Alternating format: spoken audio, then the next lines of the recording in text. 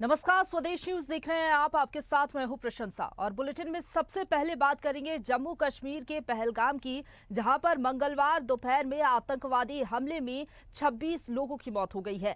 पहलगाम की बेसरन घाटी में मंगलवार दोपहर को आतंकवादी हमला हुआ। करीब 2:45 पर जो हमला हुआ उसमें 20 से ज्यादा लोग घायल भी हुए हैं। हमले की जिम्मेदारी लश्कर तैयबा के विंग द रेजिस्टेंस फ्रंट यानी कि टीआरएफ ने ली है। फायरिंग के बाद आतंकी भाग निकले। इंटेलिजेंस सूत्रों ने बताया कि पहलगाम अटैक में 2 फॉरेन टूरिस्ट और 2 लोकल आतंकी भी शामिल थे। इसी आधार पर अब जांच की जा रही है। जवान पूरी तरीके से मुस्तैद हैं। सर्चिंग ऑपरेशन चलाया जा रहा है। बता दें आपको कि उरी में घुसपैठ की कोशिश कर रहे 2 आतंकवादियों को सेना ने मार गिराया है। पर्यटकों को गोली मारने से पहले आतंकियों ने उनके नाम पूछे, कलमा भी पढ़वाया गया। मृतकों में यूपी, गुजरात, महाराष्ट्र, कर्नाटक, तमिलनाडु और उड़ीसा के पर्यटक शामिल हैं। नेपाल और यूएई के एक टूरिस्ट और 2 स्थानीय भी मारे गए हैं। अटैक के बाद देश के अन्य शहरों में भी हाई अलर्ट जारी कर दिया गया है। इधर प्रधानमंत्री नरेंद्र मोदी सऊदी अरब के दौरे पर थे, लेकिन अचानक से वो भारत लौटे जैसे ही उनको जानकारी लगी कि आतंकी हमला हुआ है और इतने टूरिस्ट की मौत हो गई है। इधर केंद्रीय गृह मंत्री अमित शाह, एलजी सिन्हा और मुख्यमंत्री उमर अब्दुल्ला श्रीनगर पहुंच गए हैं। अमेरिका, ईरान, रूस, इटली, यूएई सहित अन्य देशों ने पहलगाम हमले की निंदा की है। इधर प्रधानमंत्री नरेंद्र मोदी जैसे ही भारत लौटे, एयरपोर्ट पर ही एनएसए डोभाल और विदेश मंत्री एस जयशंकर से बैठक की और हमले की जानकारी उनकी ओर से ली गई है। बता दें आपको कि एनआईए इसके साथ ही पहलगाम आतंकी हमले की लगातार एनआईए की टीम जांच कर रही है। इसके लिए दिल्ली और जम्मू से एनआईए की टीमें पहलगाम के लिए रवाना हो चुकी हैं। पहलगाम में हुए आतंकी हमले के बाद राजधानी श्रीनगर में सुरक्षा व्यवस्था कड़ी कर दी गई है। पूरी तरीके से जो जवान हैं मुस्तैद हैं, लगातार निगरानी की जा रही है। पहलगाम हमले के विरोध में इधर श्रीनगर में आज बंद बुलाया गया है और लगातार आक्रोश लोगों में देखने को मिल रहा है। इसके साथ ही जो सामाजिक संगठन हैं, जो राजनीतिक लोग हैं, वो लगातार इसकी निंदा कर रहे हैं जो घटना हुई है पहलगाम में, और सख्त कार्रवाई की मांग की जा रही है कि जल्द से जल्द जो आतंकी हमले में आतंकवादी शामिल हैं उनको ढूंढ निकाला जाए और कार्रवाई करते हुए उनको ढेर कर दिया जाए। तो कल ये आतंकी हमला हुआ है पहलगाम में और 26 निर्दोष लोगों की इसमें जान चली गई है। कई लोग घायल हुए हैं जिनका इलाज अभी जारी है।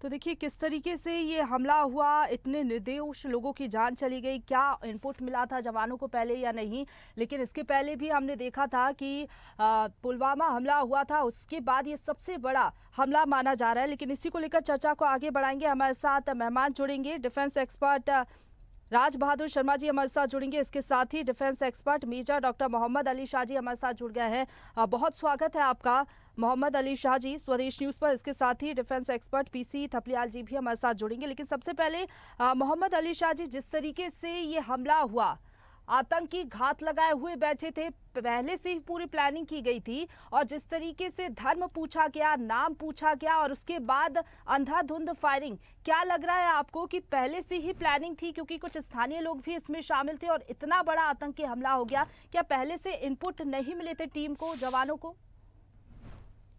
जी, आपका बड़ा अच्छा सवाल है। देखिए, मेरे को तो ये पूरा प्री प्लान्ड, पूरा टाइमली हमला लग रहा है। ये इन्होंने टाइमिंग देखकर, यहाँ पे पहली बात तो हमारे प्रधानमंत्री साहब नरेंद्र मोदी साहब देश के बाहर थे, सऊदी अरेबिया में गए में थे।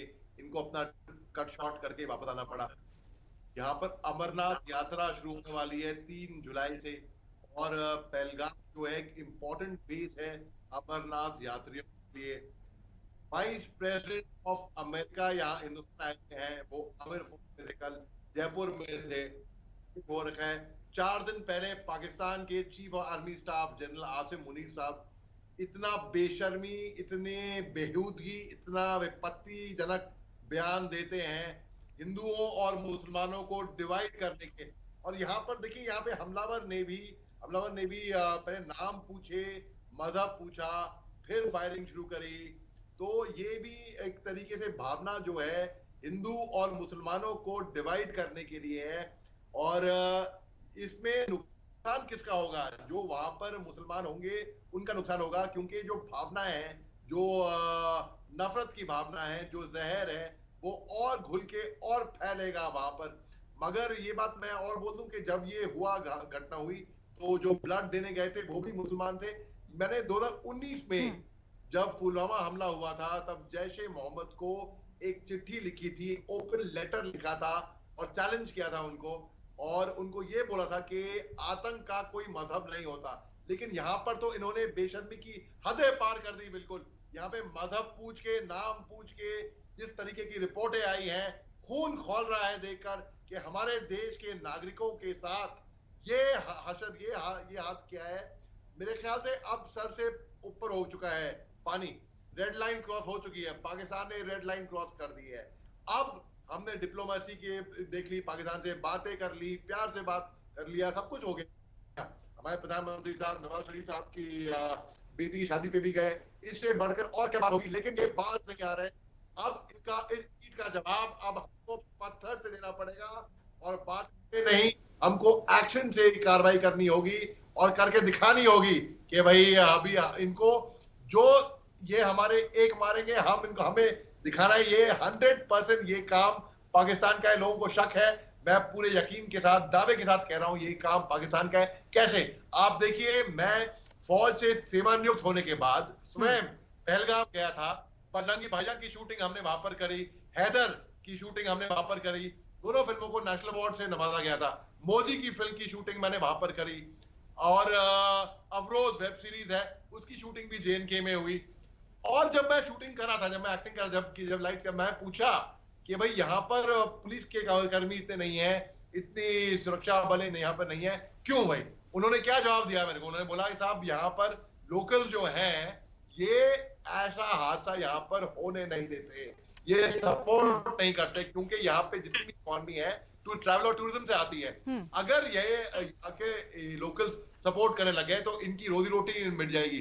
तो ये आने के लोकल सपोर्ट नहीं करते, वो बाहर से आया होगा, और बाहर से आया होगा लेकिन लोकल सपोर्ट मिला होगा इसको। बिल्कुल सर, एक बात सही आप कह रहे हैं, इनपुट भी मिले हैं कि स्थानीय मददगार थे, 2 से 3 लोग शामिल थे इस आतंकी हमले में। उन्होंने पूरी जानकारी दी, जो आतंकवादी थे उसी के तहत ये बड़ी साजिश रची गई। सर, आपसे ये भी समझना चाहेंगे, जब जब इस तरीके का हमला हुआ है, जम्मू कश्मीर में आतंकी हमला करे हैं जिस तरीके से इस बार जो किया है, अब लहू का बदला लहू से लिया जाएगा। पीएम मोदी खुद कह चुके हैं कि इस पूरे मामले में किसी को भी बख्शा नहीं जाएगा।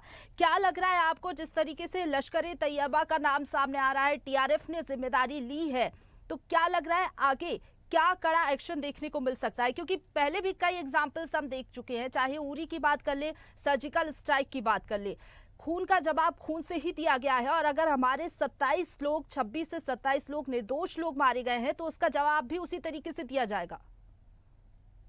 बिल्कुल आपने दुरुस्त बात करी है। ये 27 लोग जो मारे गए हैं, ये गलती क्या थी? क्या बेगुनाह थे, मासूम थे, लाचार थे, मजलूम थे, ये घूमने गए थे बस वहां पर कि भाई अच्छा मौसम है, अच्छी नई नई शादी करे हुए लेफ्टिनेंट साहब थे नेवी के, बहुत से मतलब ऐसे लोग थे जो वहां पे एंजॉय करने गए थे।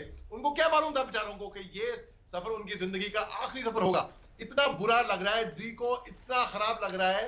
मैं रात भर सोया नहीं हूं, मैंने बल्कि एक चिट्ठी लिखी है, एक ओपन लेटर लिखा है, वो आपके साथ भी और आपके चैनल के साथ भी मैं शेयर करूंगा। इसमें इसको बहुत से बड़े बड़े पब्लिशिंग हाउसेस अभी इसको पब्लिश कर रहे हैं।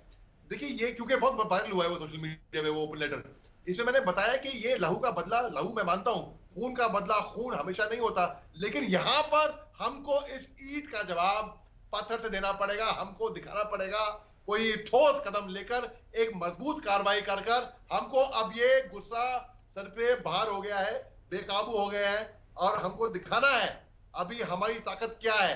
ये इन्होंने हमको चैलेंज किया, मजहब पूछ के, नाम पूछ के, इनकी हिम्मत कैसे हुई ये करके। आमिन, ये हमको, हमारे मुल्क को डिवाइड करना चाहते हैं।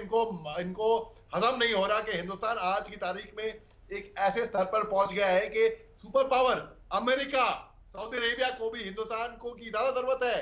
इनको जम्मू कश्मीर की जो डेवलपमेंट है, जो तरक्की है, वो बर्दाश्त नहीं हो रही। ये एक नैरेटिव सेट करना चाह रहे हैं कि धारा 370 हटने के बाद, अगस्त 2019 के बाद चीजें सुधरी नहीं है जम्मू कश्मीर में। लेकिन मैं आपको बता दूं एक बात, चीजें सुधरी है धारा 370 हटने के बाद। उग्रवाद, आतंकवाद एक ऐसी चीज है जो रातों रात तो खत्म नहीं होगी, वक्त लगेगा। तो वो वक्त लगेगा बिल्कुल। तो ये नैरेटिव वो सेट करना चाह रहे हैं, ये इनकी बातों को ना मानो। यहाँ पर G20 मीटिंग हुई है, कोई सपनों में भी नहीं सोच सकता कि जम्मू कश्मीर में G20, जहां पे 60 से अन्य देशों के बड़े बड़े ग्लोबल लीडर आए हुए थे, यहाँ पर इंटरनेशनल फिल्म फेस्टिवल हुआ था, ये जम्मू कश्मीर एक तरक्की की राह पे था। पत्थर बरसाए करते थे यहाँ पर फौज में, पहले पत्थरबाजी बिल्कुल बंद हो बिल्कुल, गई ये थी। बात तो सर यहाँ आप के ठीक लोग कह रहे हैं। जम्मू कश्मीर वो धरा पहले रही जहां पर अंधाधुंध फायरिंग होती थी, गोलियों की गड़गड़ाहट की आवाज सुनाई देती थी, लेकिन अब यहां पर विकास हो रहा है। 370 का जो आप जिक्र कर रहे हैं, उसकी बहाली के बाद एक अलग माहौल देखने को मिला जम्मू कश्मीर में और लगातार शांति बनी भी रही। 2019 के बाद ये बड़ा हमला बताया जा रहा है। लेकिन आपके पास मैं लौटूंगी, पीसी थपलियाल जी हमारे साथ जुड़ गए हैं, डिफेंस एक्सपर्ट। सर बहुत स्वागत है आपका। सर आपसे मेरा ये सवाल रहेगा, जिसने भी उस खौफनाक मंजर को देखा, हर कोई सिहर उठा। हम सोच भी नहीं सकते, जो निर्दोष लोग वहां पर घूमने गए थे, अचानक से उनके ऊपर हमला कर दिया जाता है। जो चश्मदीद लोग हैं वो ये बता रहे हैं कि बच्चे भी वहां पर मौजूद थे, जो गार्ड वहां पर था वो भी लगातार रेकी कर रहा था और पूरी प्रॉपर प्लानिंग की गई। स्थानीय मददगार भी थे जिन्होंने साथ दिया आतंकवादियों का, और टीआरएफ ने जिम्मेदारी ली है। पाकिस्तानी कनेक्शन आ रहा है। सर ओवरऑल आप कैसे देखते हैं इस हमले को? ये जो ये ऐसी घटना नहीं है जी कि जो पहले और जगह न हो। अगर आप इतिहास के पन्ने पलटोगे तो कुछ ही महीने पहले जब इजराइल में इस तरह का हमला हुआ था, जी तो इजराइल ने अपने को युद्ध में झोंक दिया, और युद्ध में झोंकने के बाद जो पैलेस्टाइन का क्षेत्र है और जो इजराइल है, इस तरह से प्रतिशोध की ज्वाला में जल के खत्म हो गए हैं। और जब ट्रंप प्रेसिडेंट बन के आए तो उन्होंने पहला काम क्या किया, इजराइल को बोला स्टॉप द वार। लेकिन जब यही घटना अमेरिका के ऊपर हुई या फ्रांस के ऊपर हुई, ऐसे नहीं कि आतंकी घटनाएं अमेरिका कैसे भूल सकता है। हम सबको मालूम है कि अमेरिका का सबसे प्रमुख टावर को उड़ा दिया था आतंकवादियों ने। अब फ्रांस में इसी तरह की घटना हुई थी, लेकिन उन लोगों ने जिस तरह से हैंडल किया, उन्होंने जो पिन पॉइंट कल्पित थे उनको किल किया, उनको नेस्तनाबूद किया। हम किसी देश को देखो, जो उग्रवादी होते हैं, आतंकवादी होते हैं, नक्सलवादी होते हैं, इनका कोई धर्म नहीं होता, इनकी कोई जात नहीं होती, इनका कोई देश नहीं होता। कुछ कारण होते हैं जिन कारणों के कारण ये जो कैंसरस प्रॉब्लम है इसका उत्पत्ति होती है। अगर आज हमारी सुरक्षा देखिए, हमने उस समय भी कहा था जब पुलवामा हुआ था, उस समय भी हमने एक सवाल पूछा था अपने देश की सरकार से कि ये बताइए कि कैसे दुश्मन सीमा पार से हमारी धरती पे आ गए हैं। इसी तरह के जो आज जो ये घटना हुई है टूरिस्ट प्लेस में, क्या टूरिस्ट प्लेस को अनाथ छोड़ दिया गया था? कहाँ थी हमारी पुलिस, कहाँ थी हमारा सुरक्षा बल? ये चिंताएं और ये सवाल दस्तूर खड़े हैं हमारे आगे, इनको नजरअंदाज नहीं किया जा सकता। केवल ये कह के कि हम ये कर देंगे वो कर देंगे, इसका अंत नहीं होता। हमने अपनी भान में भी झांकना है कि जिस तरह की स्थिति, क्यों मेरी धरती पर ऐसे लोग अपना ऐसे प्रेम कर पा रहे हैं, ये बहुत चिंतनीय विषय है। मैंने पहले भी देखा था कि अगर दो कोई भी घटनाएं हुई हैं वो लगातार हमारे देश की धरती पे हो रही हैं। क्या हमारी सीमाएं इतनी कमजोर हो गई हैं कि हम सीमाओं के जो फिल्ट्रेशन है उसको नहीं रोक पा रहे? ये बड़ा गंभीर सवाल। राजनीति किस तरह से चीन के का सवाल उठ रहा है कि चीन भी हमारे जमीन में गांव बना लिया है। हम बहुत विपस अंधेरों में जा रहा है मेरा देश का भविष्य ब्राइट नहीं लग रहा है। बहुत चिंतनीय विषय हो चुका है जिस तरह से देश में नफरत की ज्वाला फैलाई जा रही है। जिस तरह से आपने कहा था, आज लद्दाख के लोग क्यों कहा रहे हैं 370 रिमूव करने के बाद, क्या लद्दाख खुश है? आज लद्दाख की आधी जमीन किस पूंजीपति के हवाले कर दी गई है? क्यों, कहाँ मेरा सरकार क्या कर रही है? क्यों मेरी सरकार का ध्यान अपनी रक्षा सुरक्षा में नहीं जा रहा है? ये चिंता का विषय है। ये जिस देश का ठीक है सर, आपने आप देखा होगा लूपहोल कि- कहाँ देखते हैं?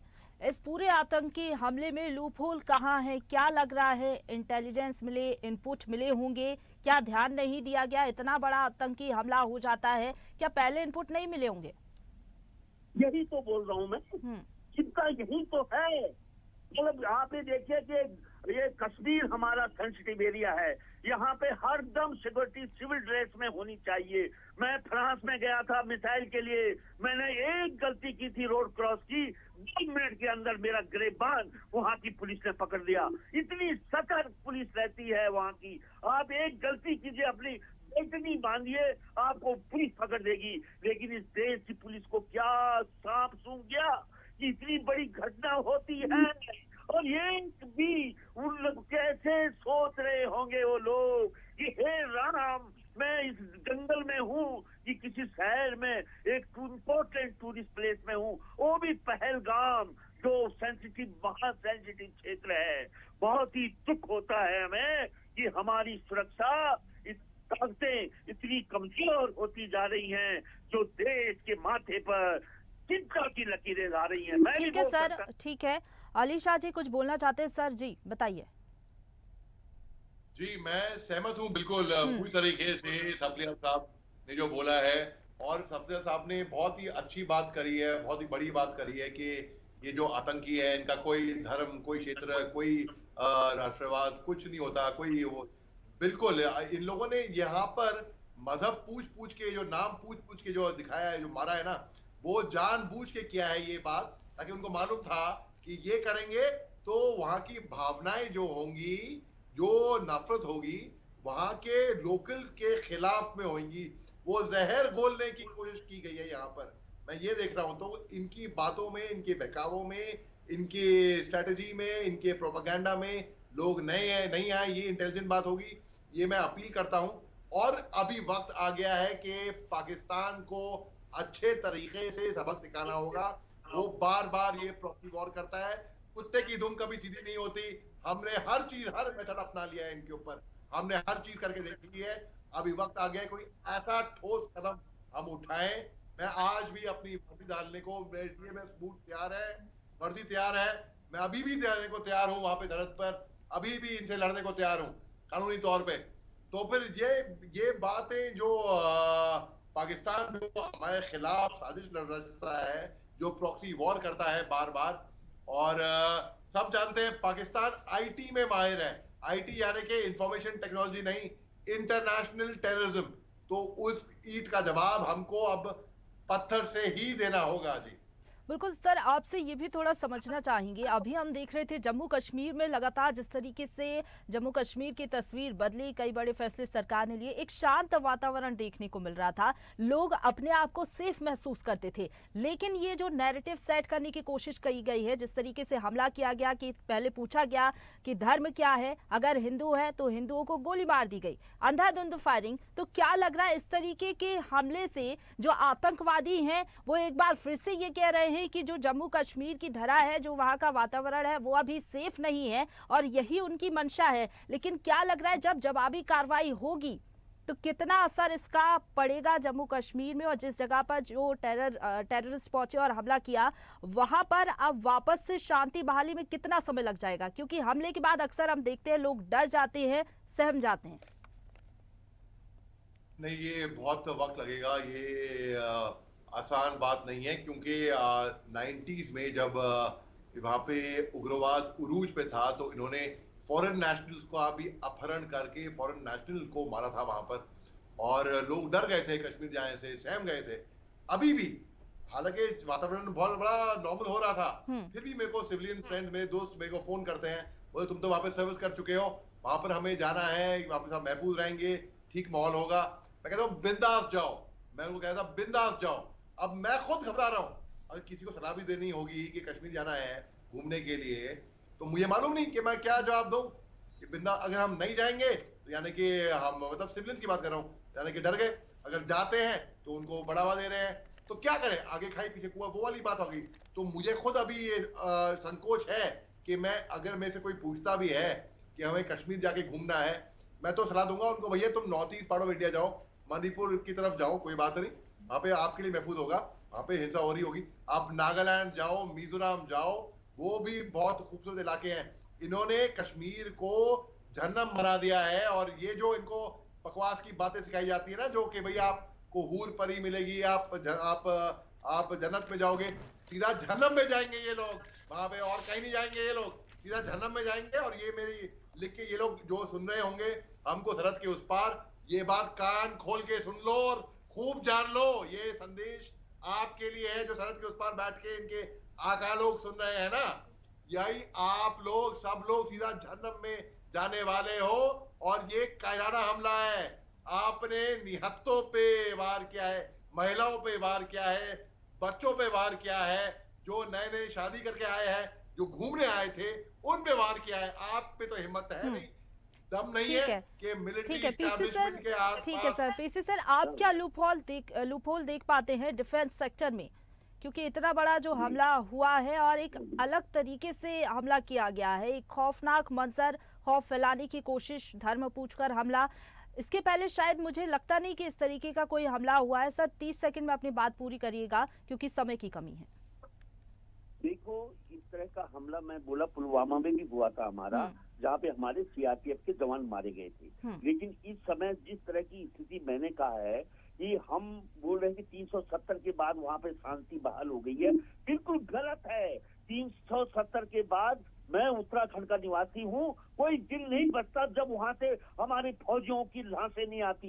ये लोग नहीं देखते, ये ऐसे प्रचार प्रसार करते हैं कि झूठ प्रचार करके इस देश को अंदर से खोखला कर दिया गया है। ये हमें चिंता है। आज हम बोले कि हम इजराइल की तरह युद्ध में जाएं, या रशिया आज यूक्रेन के साथ लड़ रहा है, उसके पसीने छूट गए हैं, हमें गलती नहीं करनी चाहिए।